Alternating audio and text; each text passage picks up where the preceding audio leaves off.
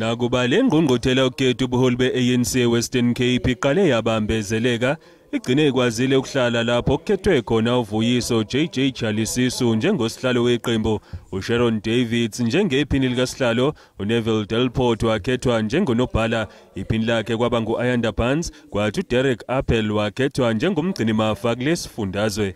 Iningi liyazibuza ukuthi ungubani losihlalo omusha we-ANC kulesifundazwe. The chairperson of the ANC is a son of the ANC, is an activist of the movement, participated in the Student and Youth Congress, and at some point served as Secretary General of COSAS, and was elected here as Provincial Chairperson of the ANC Youth League. Ubuholi obusha buzibekele umsebenzi wokuletha ubumbano eqenjini, ubuqotho kanye nokunciphisa ukwesekwa kwe-DA kulesifundazwe.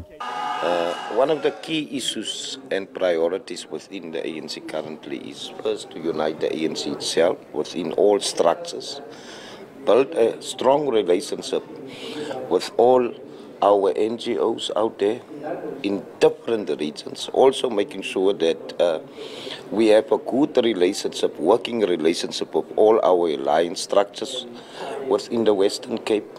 Secondly, we must now go and focus on a plan to dislodge the power of this mighty DA in this province. Ethula inkulumo yokuvala ingqungquthela uMengameli weqembu Ramaphosa utuse ubunye obukhonjiswe izithunywa kule ngqungquthela wabesenxusa ukuba kunxenxwa abantu abafanele kuba amalungu eqembu.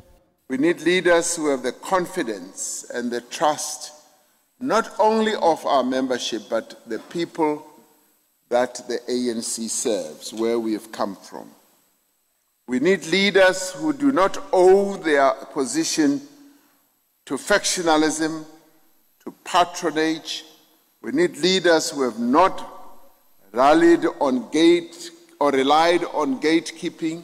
Usihlalo omusha weqembu esifundazweni noMengameli Ramaphosa banxuse ubuholi kuba buqinisekise ukuthi biyaphela ubuqembu bangaphakathi.